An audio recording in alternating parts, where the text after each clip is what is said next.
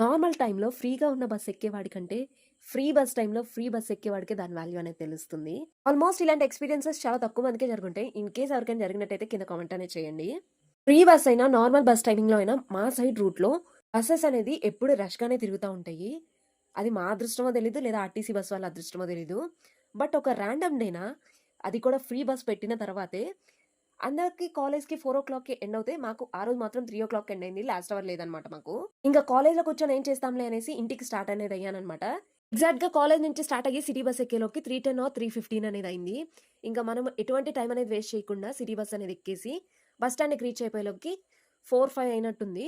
ఇంకా బస్ స్టాండ్‌కి రీచ్ అయిన తర్వాత ఒక 10 మినిట్స్ అలా కూర్చున్నాను. బస్ అనేది వచ్చేసింది వెంటనే. అలా ఫ్రీగా ఉన్న బస్ ఎక్కి కూర్చున్న తర్వాత అనిపించింది, అబ్బా! డైలీ ఇంత ఫ్రీగా ఉన్న బస్ వస్తే ఎంత బాగుండు అనేసి.